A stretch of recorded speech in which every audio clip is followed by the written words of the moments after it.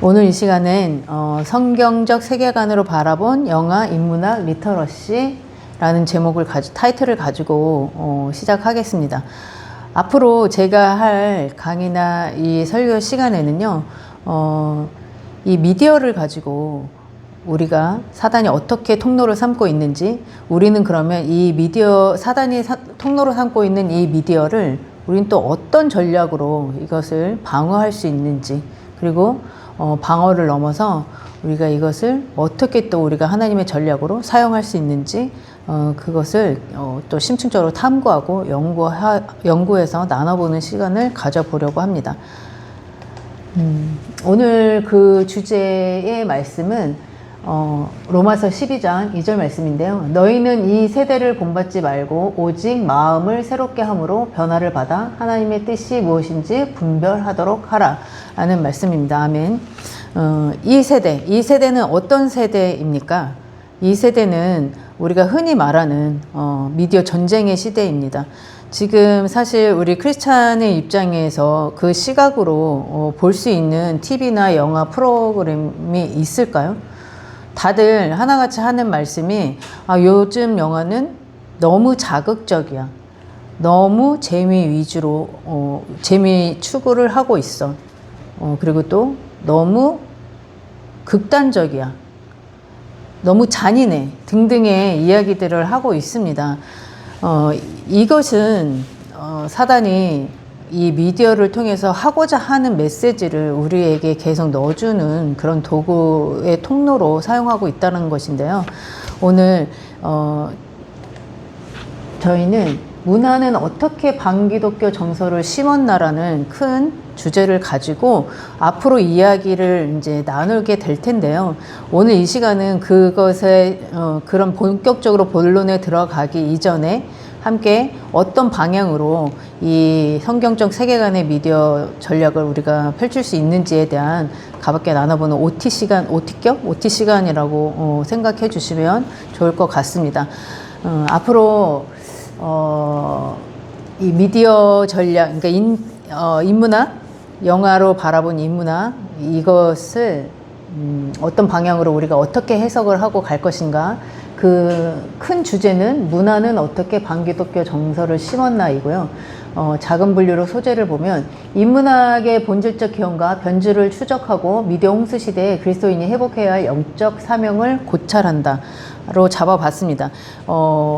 여기에 나와 있는 이 PPT 말고, 이 PPT가 잘 안 보이시면 여러분에게 나눠드린 그 유인물, 프린트물 있죠? 그것들을 좀 참고해 주시면 감사하겠습니다. 그러면 이 리터러시, 영화 인문학 리터러시에 저희가 하고자 하는 핵심은 문화를 통로로 사용한 사단의 전략입니다. 아까 앞서서 잠깐 말씀드렸지만 어떻게 미디어를 사단이 통로를 삼기 위해서 장악을 하였고, 우리는 아무 생각 없이 이 문화라는 것을 그저 소비의 도구로만 사용해서 해왔는지에 대해서 구체적으로 한번 나눠보려고 합니다. 개요를 잠깐 말씀드릴게요.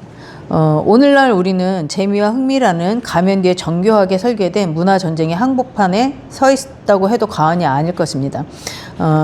이 시간에는 성경적 세계관을 통해서 미디어 속에 교묘하게 침투하여 반기독교 정서를 확산시키는 인문학적 프레임을 분석하고 해체하는 시간을 가져보려고 합니다. 자, 프레임이라고 하면 뭘까요? 요즘에 이제 프레임 전쟁, 그 프레임 전쟁이라는 말이 많은데, 어떤 프레임은 뭐예요? 하나의 이렇게 틀을 제시해놓고 이 틀 안에서만 보게 하고 사고하게 하고 그것에 대해서 행동을 제약하고 이런 거라고 또 간단하게 설명할 수 있겠죠. 그래서 우리가 이제 어떤 프레임을 짜서 그것에 다른 프레임을 짠 거에 그 사람이 이쪽 프레임으로 옮겨오게 하는, 그래서 이쪽 사고를 갖게 하는 그런 프레임 전쟁, 프레임을 씌운다, 프레임을 왜곡한다, 이런 등등의 이야기들이 많습니다. 그러면 저희가 세상에서 미디어를 통해서 짜놓은 그 프레임을 저희는 성경적 세계관으로 다시 해석해서 그 프레임을 해체하고자 하는 시간이라는 이야기가 되겠습니다. 우리는 영화와 영상 매체가 던지는 치열한 인문학적 질문들을 마주하게 되는데요. 그 과정은 단순히 세상 문화를 비판하는데 멈춰서서는 안 됩니다. 이 말은 무슨 말이냐면, 저희도 아이들한테 그런 얘기를 했었어요. 요즘에 이제 TV 프로그램을 보지 말자.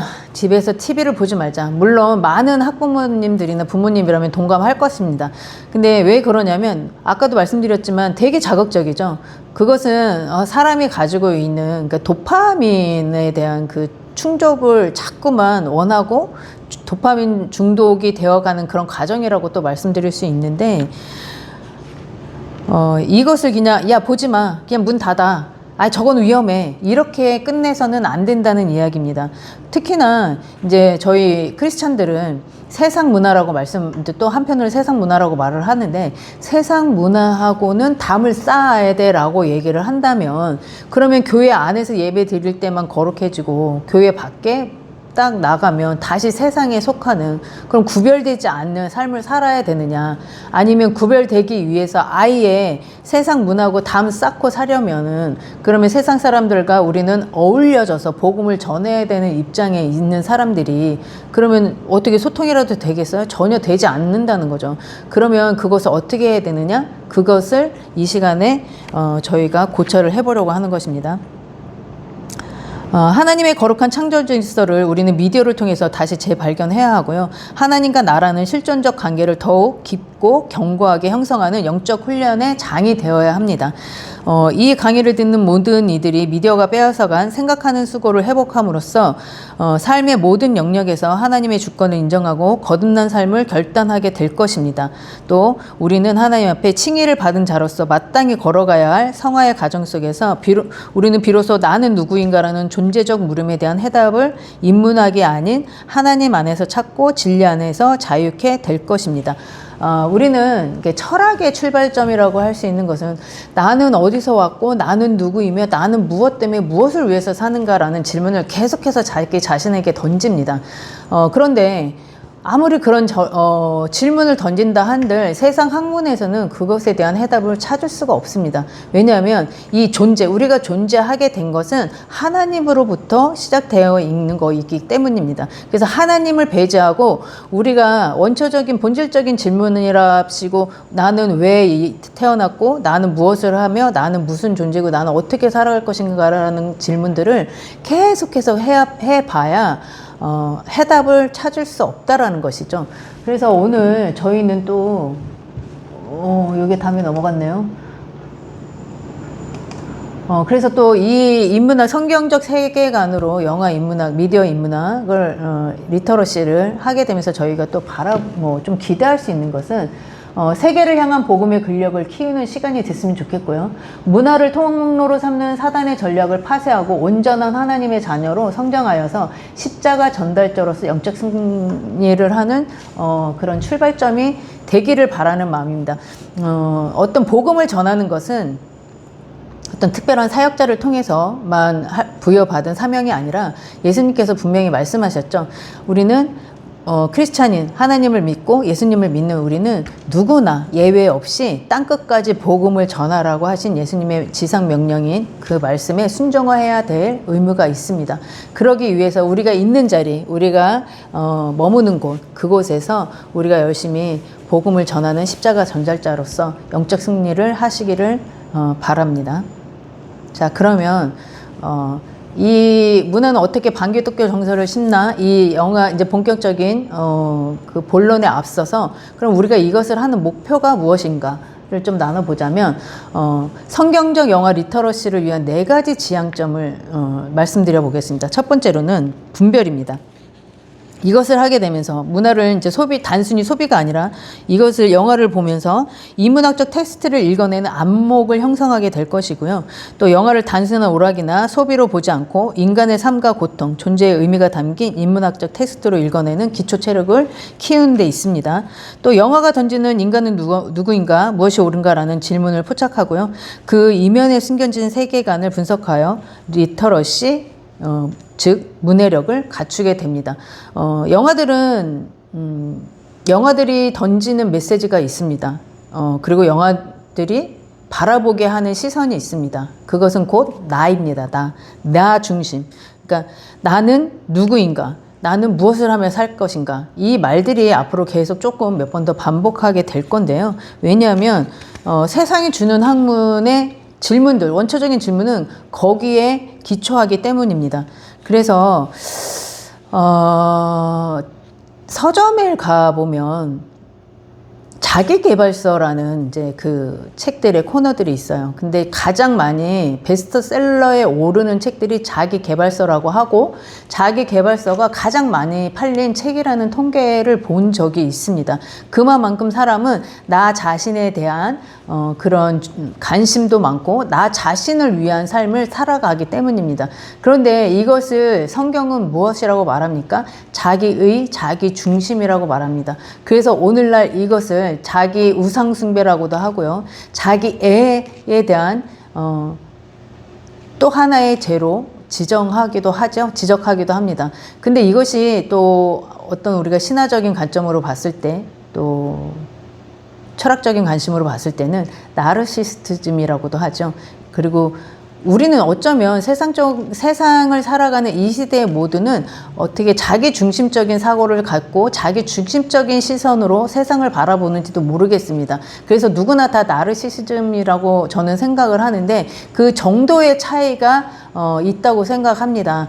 근데 이제 일반적으로 세상적인 사람들도 보면 나르시스트들에 대해서 경계를 하라고 말들을 하죠. 이게 어떻게 잘 깊이 들여다보면 어떻게 보면 이게 이 말 자체가 모순이 아닌가 하는 생각을 합니다.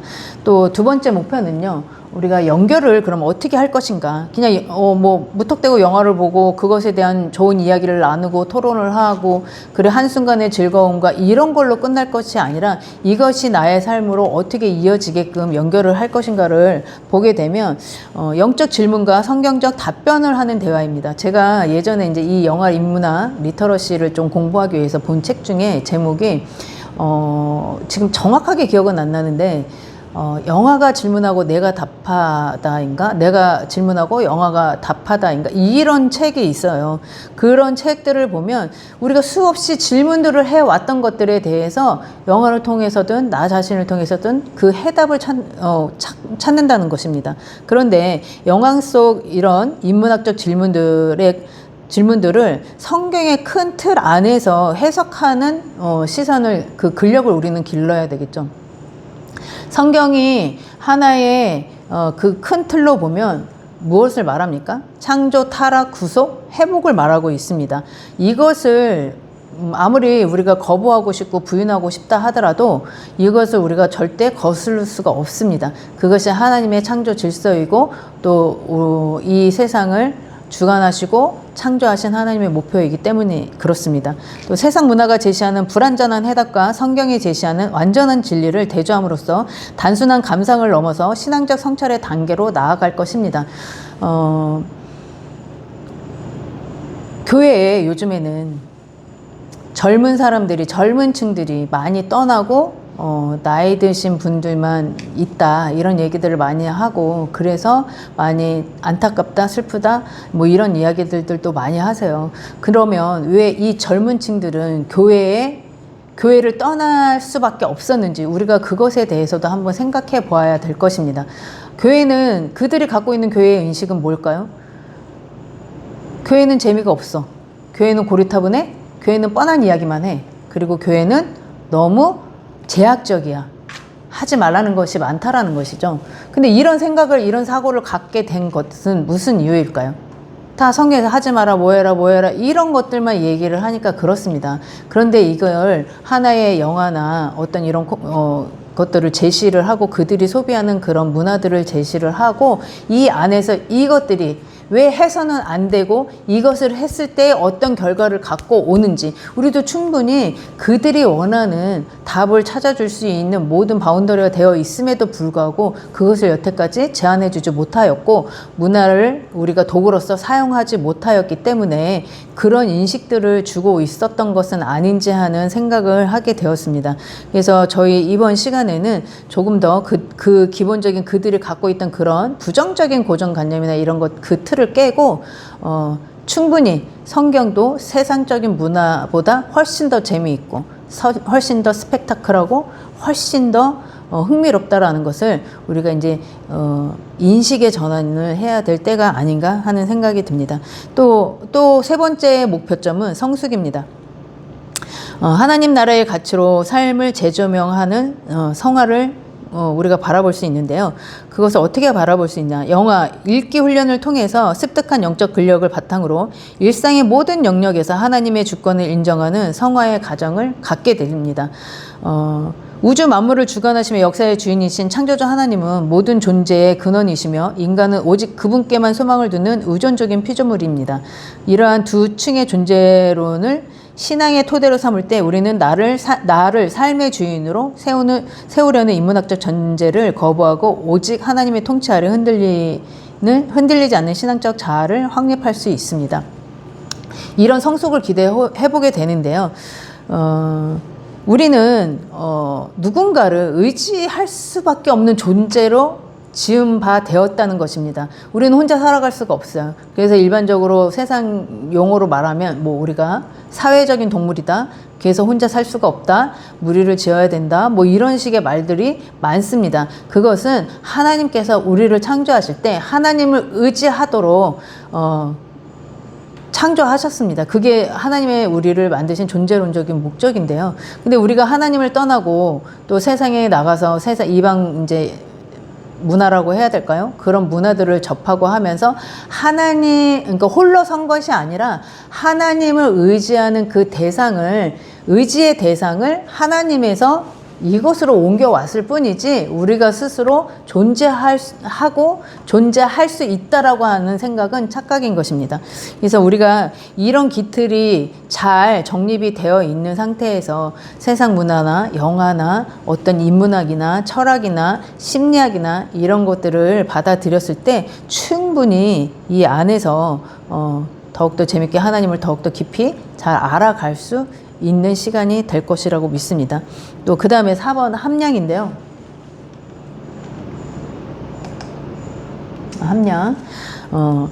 함량은 이제 전인격적 영적 근력의 체계적 강화를 이루게 될 것인데요. 여기서 함량이라는 뜻을 알고 계실까요?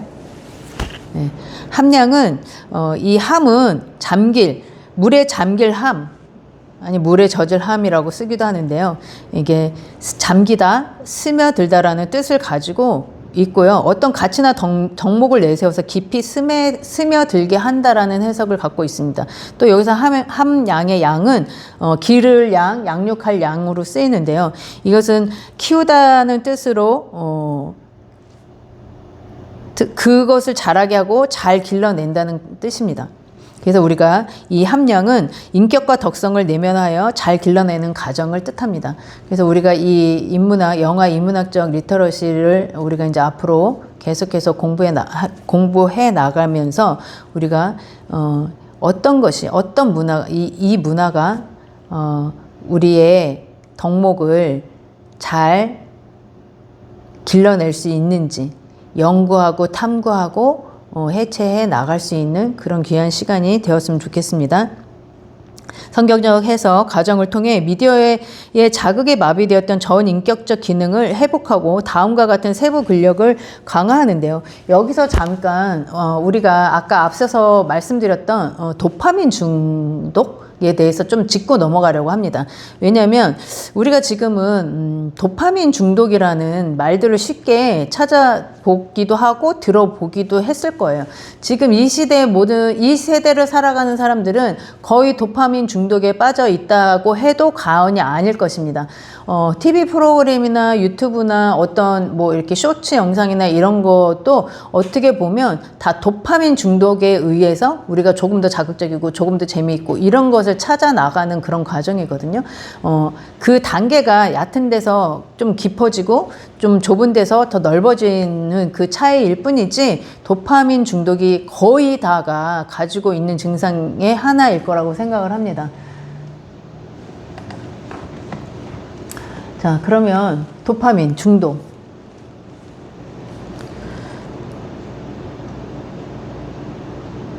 도파민 중독에 대해서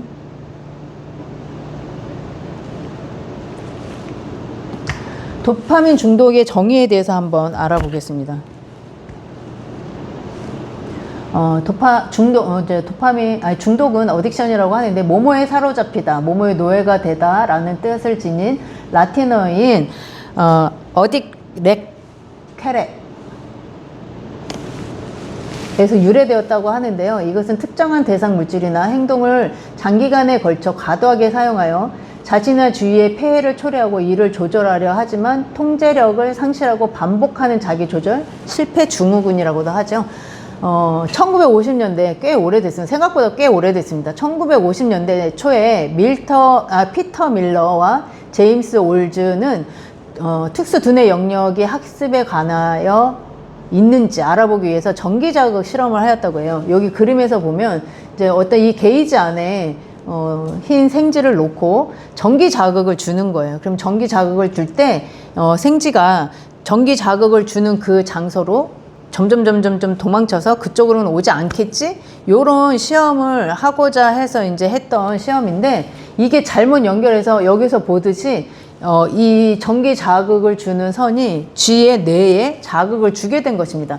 근데 그러고 나서 봤더니 이 쥐가 처음에는 깜짝 놀라서 도망을 갔다가 시간 지나지 않아서 다시 전기 자극을 다시 경험을 하고 싶어서 고기로 다시 와서 지렛대를 이렇게 눌렀다는 거예요. 그런 결과를 이제 그런 실험을 한 건데, 요거를 가만히 지켜보니까 쥐는 시간당 100회 이상 지렛대를 눌렀다는 거예요.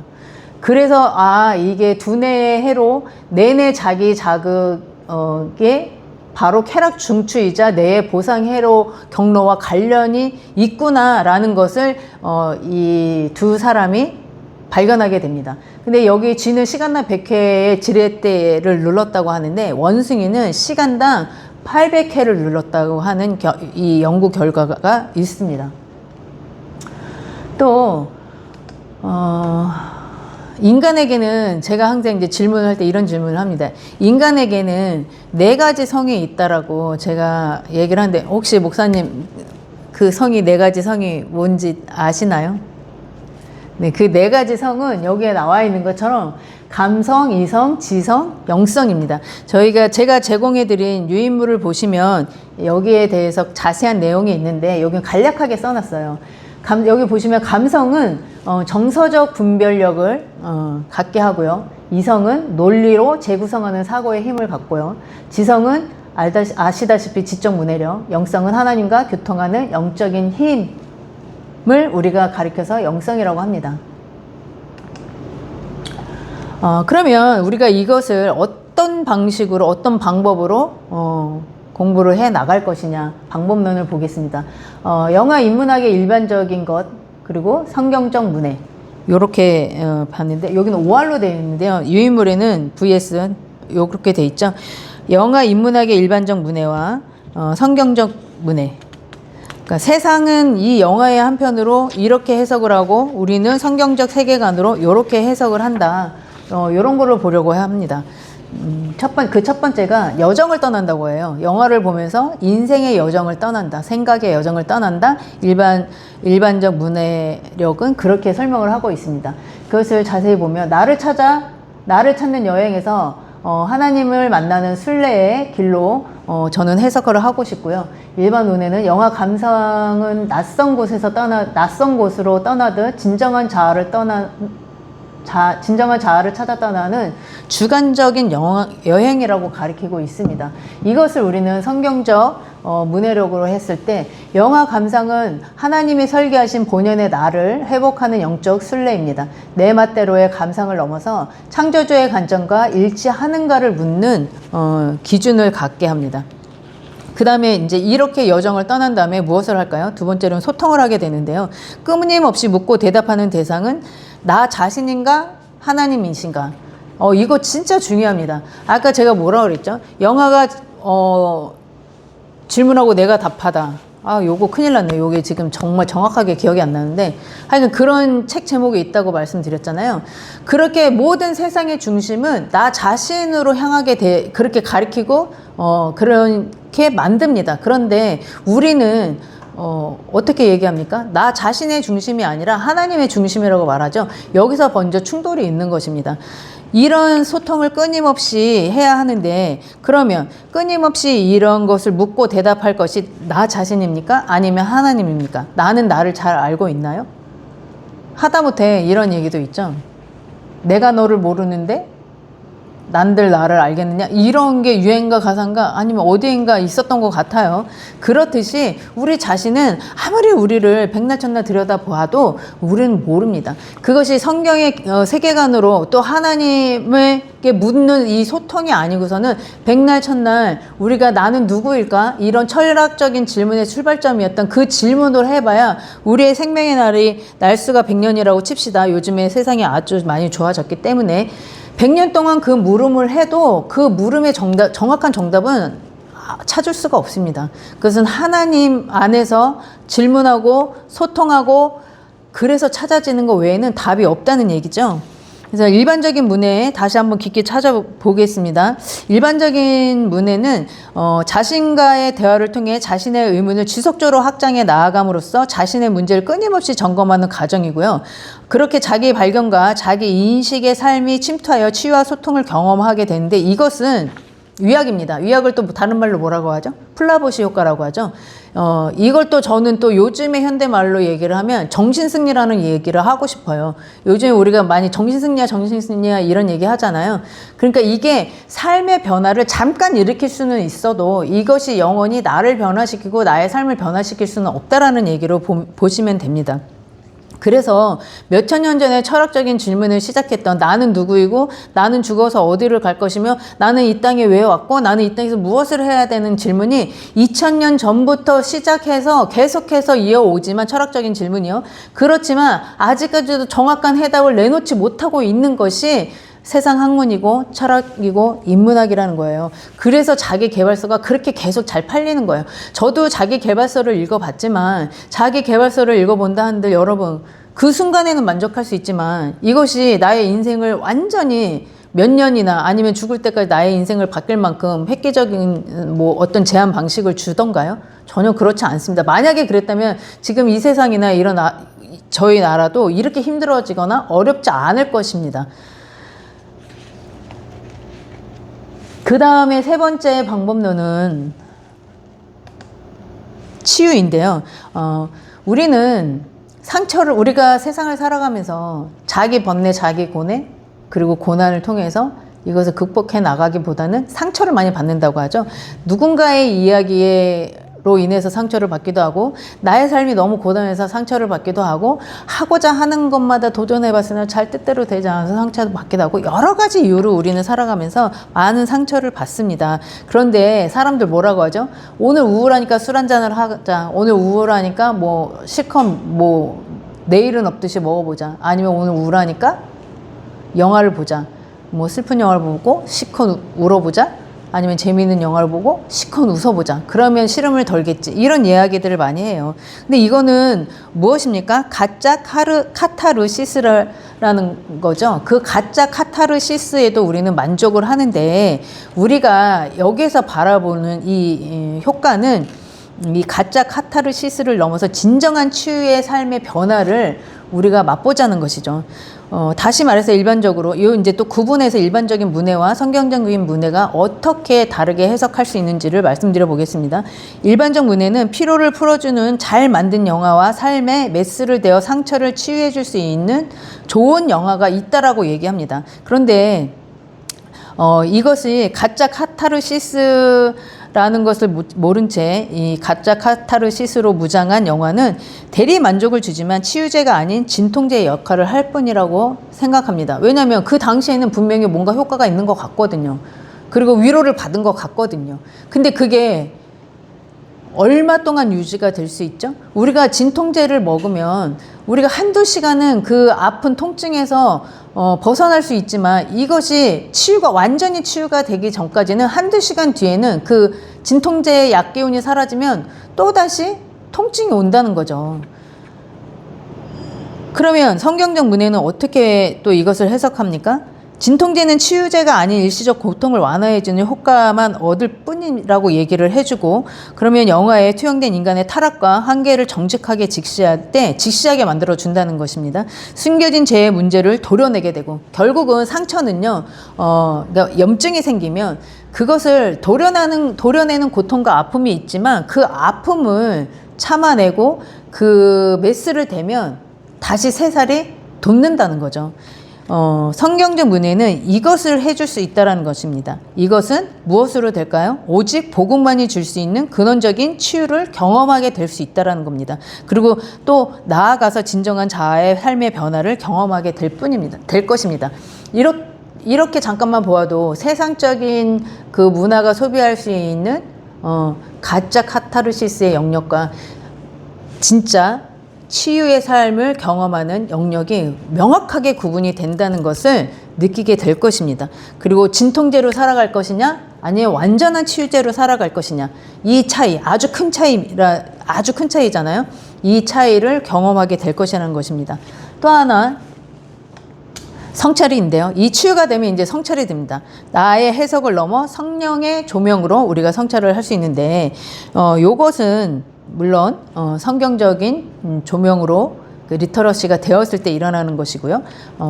요런 것을 배제한 일반적인 문해는 어떻게 이야기를 하는지, 일반적인 문해로 성찰이 될 수 있다라고도 하는데, 그 일반적 문해의 성찰은 무엇을 말하는지 보자면, 모든 영화에서는 배움이 있는 것은 아니라고 얘기는 하기는 해요.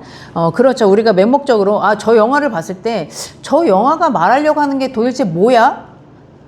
저 영화 돈 내고 본 게 너무 아까워 라는 이야기들 종종 하잖아요. 그리고 그냥 밑도 끝도 없이 막 웃기려고 억지 웃음을 자아내려고 만든, 근데 전 진짜 안 웃겨 이런 영화들 많잖아요. 그런 영화들 봤을 때 돈 아깝고 허탈하고 이러지 않습니까? 그런데 명작이라고 하는 정말 메시지가 있고 사람에게 질문을 던지고 그 사람의 잠깐이지만 진통제의 효과이지만 잠깐의 메시지를 줘서 그 사람의 삶이 잠깐이라도 변하게 해주는, 그것을 우리는 명작이라고도 하고 잘 만들어진 영화라고도 하죠. 이런 영화를 보았을 때 어떻게 됩니까? 단순한 감정의 소비를 넘어 내밀한 고백이 될 때가 있다고 얘기합니다. 그리고 해석을 위한 노동이 아니라 서사가 나의 실존에 깊이 맞닿는 감흥의 순간이라고 또 말하죠. 그러니까 그 영화를 보면서 그 주인공이 내가 되는 거죠. 내 입장에서 그 주인공의 삶을 들여다보는 거죠. 나도 저랬는데, 나도 내 아픔도 저것과 닮아 있는데, 근데 쟤는 저거를 저런 식으로 아파하고 고통스러워하고 괴로워하고 역경을 넘어서 결국은 이겨내는구나. 요런 거를 얘기를 하는 거예요. 그래서 그때 그런 걸 느꼈을 때 감흥이라고 얘기를 하는 것입니다. 이때 영화는 나를 연구하는 거울이 되며, 대중은 이러한 깊은 성찰을 통해서 자신의 삶의 실제적인 변화를 일으키는 동력을 얻는다고 밝히는데요. 아까도 말씀드렸지만 이것은 실제적인 변화는 아닙니다. 물론 잠깐의 변화는 있을 수 있습니다. 잠깐이라고 하면 몇 년, 길게는 몇 년이 될 수도 있겠죠.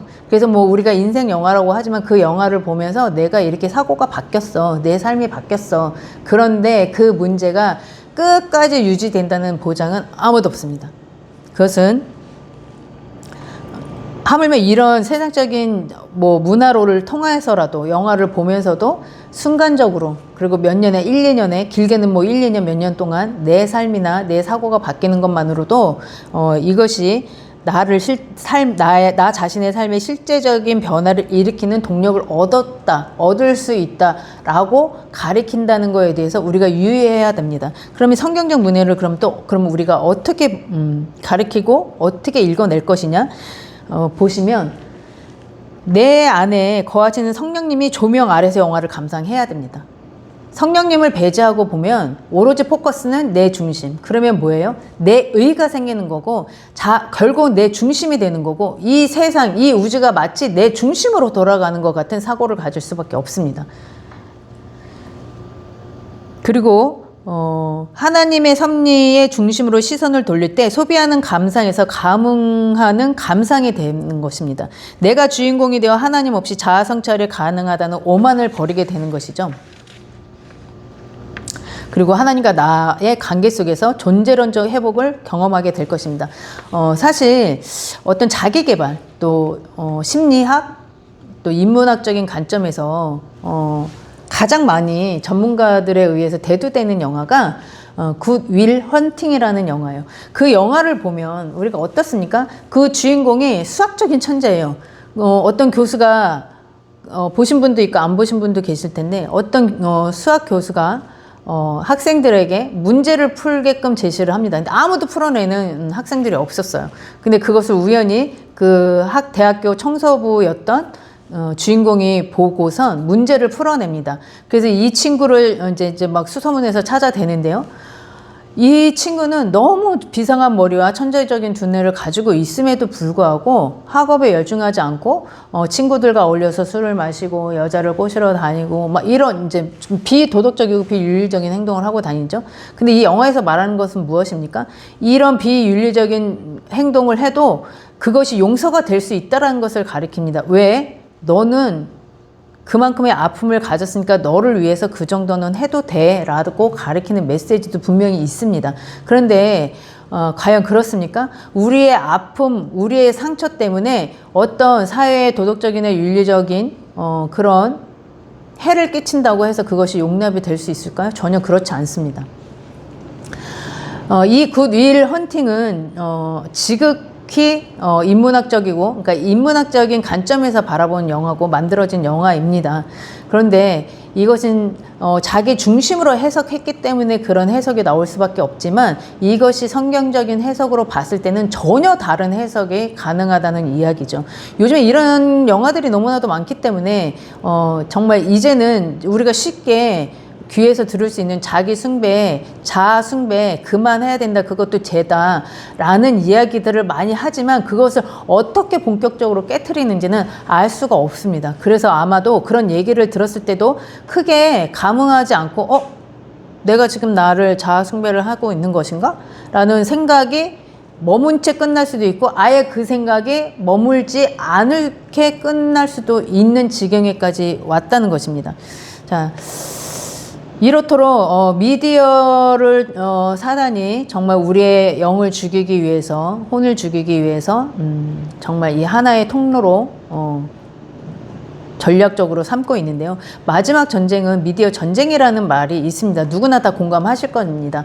근데 우리가 이것을 미디어 전쟁은 마지막 전쟁임에도 불구하고 우리도 미디어를 통해서 무언가를 해야 하는데 우리는 지금 그것에 대해서 아무것도 하고 있지 못합니다. 이 영화 인문학 리터러시도 보시면 일반 대학이나 아니면 그 어떤 뭐 한예종이나 뭐 이런 데 있잖아요. 영화인들 만들어내는 그런 학교. 여기는 이미 다 들어가 있어요.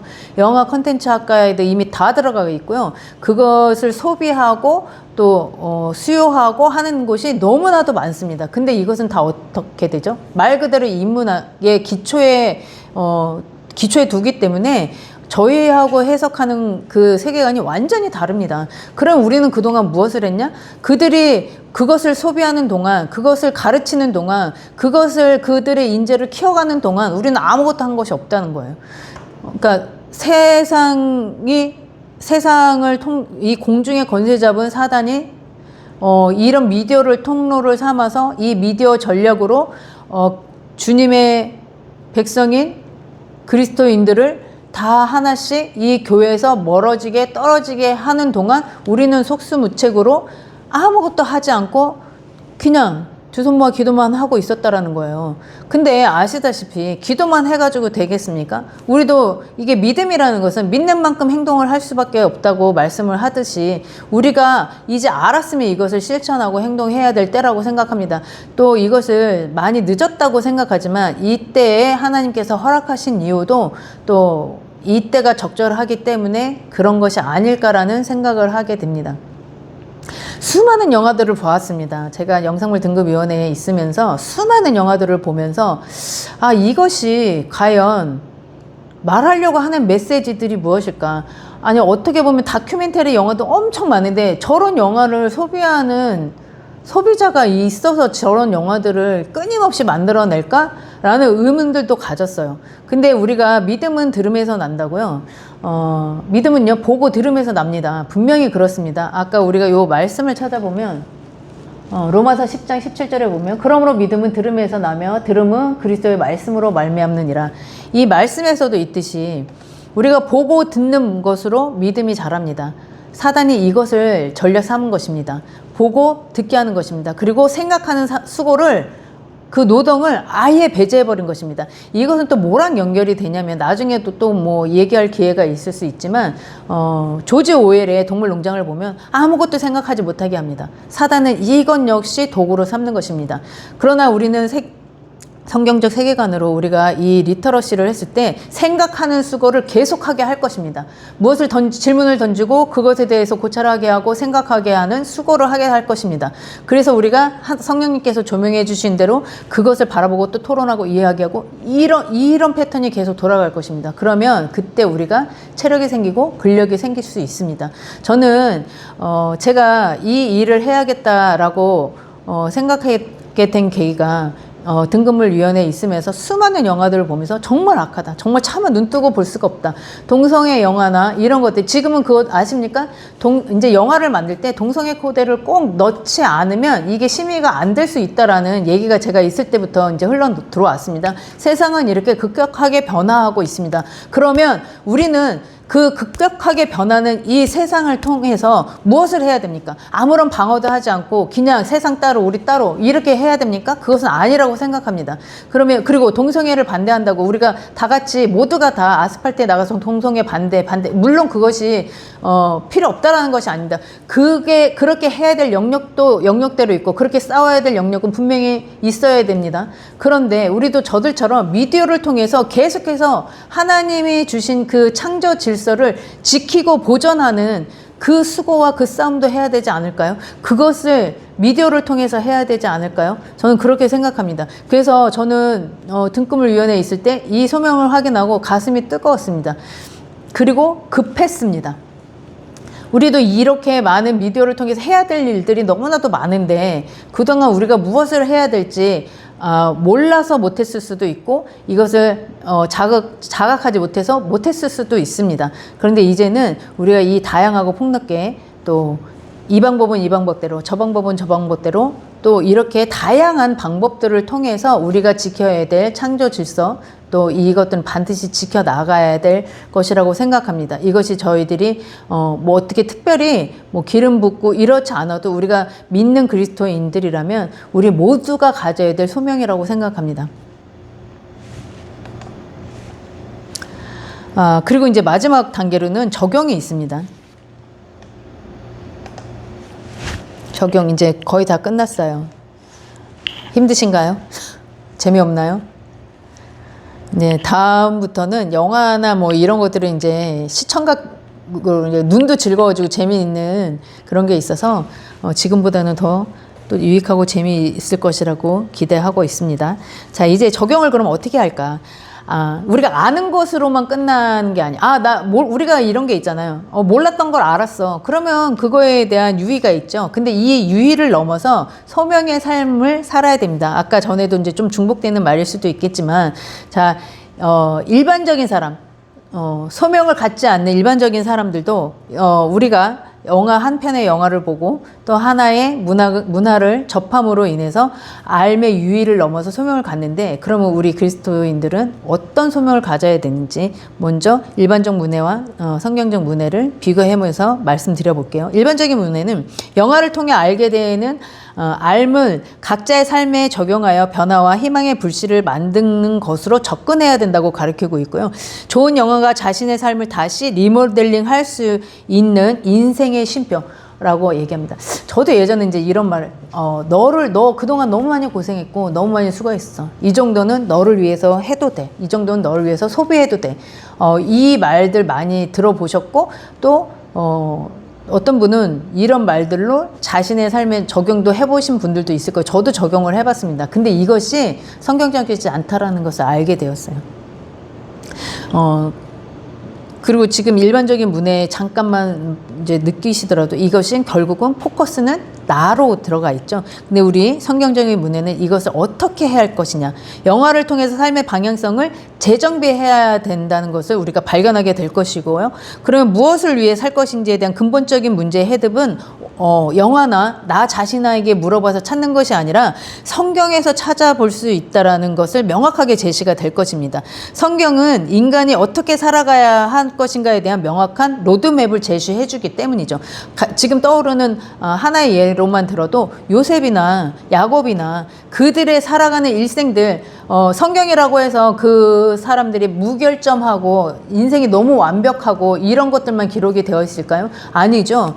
야곱만 봐도 어떻게 이렇게 어리석은 사람이 있을 수 있어? 그리고 야곱의 형은 어떻게 아무리 배고프다고 그 아주 그냥 정말 막강한 뭐라고 표현해야 되죠? 수식어가 생각이 안 나는데 그 장자권을 결국 배고프다고 죽 한 그릇에 어떻게 저렇게 팔아먹을 수가 있지? 아, 사람은 진짜 어리석구나 라는 생각을 하게 되죠. 그러니까 거기엔 넘어짐도 있고요, 좌절도 있고요, 실패도 있고요, 그리고 절망도 있습니다. 근데 이것을 어떻게 극복해 나가야 하는지에 대한 로드맵이 분명히 제시가 돼 있다는 것이죠, 성경에. 그래서 이 성경만이 결국 이것이 말하는 것은 결국 성경은 사람 사는 이야기라는 것입니다. 그래서 이 성경을 모티프로 한 영화들이 엄청 많습니다. 여러분이 그것을 이제 인식하지 못하셔서 그렇지 결국 이게 근데 어쩔 수가 없어요. 그 신화들도 봐도 그리고 영화에 가장 많이 모티프한 것이 신화인데 신화의 모티프는 뭐라고 생각하십니까? 성경입니다. 우리가 철학이나 인문학이나 이제 신화들을 계속 보다 보면요, 이게 가지들은 많이 쳐져 있지만 이것을 이제 연구하고 뿌리를 찾아가다 보면 거기에 결국은 다 걸리는 것은 성경의 한 뿌리입니다. 여기서 다 나와서 갈라진 거예요. 이 한 가지 예로 뭐를 들을 수 있냐면 영화에 가장 많이 모티프가 되는 것이 오컬트 신화이거든요. 오컬트 신화 중에 최근에 제가 봤던 거는 그 검은 수녀라는 영화였는데요. 검은 수녀의 마지막 장면에 그 송혜교가 그 악령을 그 자기의 자궁에 담아서 불길로 뛰어듭니다. 여기에 몇 가지 코드가 있어요. 근데 한 가지만 먼저 말씀을 드려다보면 자궁은 어떤 곳입니까? 예수님은 여자의 몸으로 오셨죠. 태어날 수밖에 없었습니다. 성육신을 하셔야 되기 때문에. 그러면 여자의 몸이라고 하는 걸 대표적인 것은 무엇을 말할까요? 자궁이죠. 그럼 자궁에 대한 이미지는 뭡니까? 생명을 잉태하는 것입니다. 근데 오컬트 신화에서 그 검은 수녀에서 말했던 그 자궁은 악령을 담는 것이에요. 한번 우리가 쉽게 넘어갔던 부분들도 한 번쯤 그러네? 라는 생각을 머리를 가웃거리게 되죠. 요거는 이제 지금 이 시간에 풀지는 않겠습니다. 근데요, 이 자궁의 악령을 가둔다? 자궁을 마치 감옥처럼 올무처럼 이렇게 이미지를 구체화시킨다? 이게 그리스 로마 신화에도 있습니다. 그래서 아까 말씀드린 이 가지들은 각자의 그리스 로마 신화, 오컬트 신화, 북유럽 신화 뭐 여러 가지 등등등등의 이제 신화들이 있지만 요 신화들을 이렇게 뿌리를 추적하다 보면 한 곳으로 모이는 것은 결국은 성경을 벗어날 수가 없다라는 거예요. 이게 진리입니다. 근데 이렇게 해서 뿌리를 역으로 이렇게 찾아오면 성경에 뿌리고 이것을 벗어날 수 없다고 우리는 찾지만 그들은 이것을 이렇게 벗어나면서 성경 없이도 하나님 없이도 우리는 잘 살 수 있어 라고 착각하고 있는 것입니다. 이 시간을 통해서 그래서 저희는 이런 것들을 추적하고 탐구하고 연구해 볼 것입니다. 그래서 진짜 실질적으로 삶이 진리는 성경밖에, 하나님의 감동으로 쓰여진 성경밖에, 말씀밖에, 하나님 말씀밖에 없다라는 것을 우리가 다시 한번 은혜로 알게 되는 시간이 될 것이라고 믿습니다. 일 것이고요. 문화를 단순히 감정 소비가 아닌 이 문화를 통해서 우리가 사단을 어떻게 방어를 해야 되고 사단이 어떤 전략으로 미도를 통해서 우리를 현혹시키고 미혹시키려고 다가오는지, 어떤 것을 덫을 치어놨는지, 어떤 코드를 심어놨는지 그것을 우리가 분명하게 읽어내는 기초 체력과 근력을 우리가 기름으로써 세상 문화와 담쌓지 않고 우리가 세상을 향해 가고 그 세상 속에 우리가 뛰어들어서 그들을 우리가 볼 복음을 전파하는, 오히려 정말 십자가의 전달자로서의 소명을 다 감당하게 될 줄을 믿습니다. 제가 그런 의미에서 제가 이 말씀을 준비하면서 마지막 부분에 마태복음 5장 14절에서 16절 말씀이 생각이 났어요. 이 말씀을 우리가 가슴에 새기듯이, 그냥 우리가 여기서 같이 읽어봅시다 해서 읽는 것이 아니라 가슴에 새기듯이, 그리고 가슴에 한번 새기시고 우리가 머리에 생각으로 한번 새기시고, 그리고 입술에 우리의 고백으로 하나님 앞에 이 말씀을 좀 올려드리는 믿음의 고백이 되는 시간이 되었으면 좋겠습니다. 자, 마태복음 5장 14절에서 16절 모두 찾으신 줄 믿고 한 목소리 읽겠습니다. 너희는 세상의 빛이라. 산 위에 있는 동네가 숨기우지 못할 것이요, 사람이 등불을 켜서 발 아래 두지 아니하고 등경 위에 두나니 이러므로 집안 모든 사람에게 비추느니라. 이같이 너희 빛을 사람 앞에 비추게 하여 저희로 너희 착한 행실을 보고 하늘에 계신 너희 아버지께 영광을 돌리게 하라. 아멘. 우리가 이런 삶을 살기를 바랍니다. 그래서 문화를 담쌓고 사는 것이 아니라, 세상을 등지고 사는 것이 아니라, 세상의 중심에 뛰어들어서 세상 가운데 무엇이 진리인지 알지 못하고 헛헛한 마음, 헛헛한 감정들을 채우기 위해서 쓸데없이 감정을 소비하는, 그 문화로 소비하는 그들에게 진정한 문화를 소비를 어떻게 해야 되는지 우리가 성경적 세계관에 이제 기초를 탑재하고 그들을 비로소 땅끝까지 복음을 전하라는 예수님의 그 말씀, 지상 명령도 우리가 수행하는 그런 삶, 그리고 오늘 말씀에 착한 행실을 보고 그들이 우리를 본받게 하는, 그래서 그것이 곧 하나님 아버지께 영광을 올려드릴 수 있는 그런 우리의 모두의 삶이 되었기를 간절히 소망합니다. 자, 오늘 말씀을 마치겠습니다. 수고하셨습니다.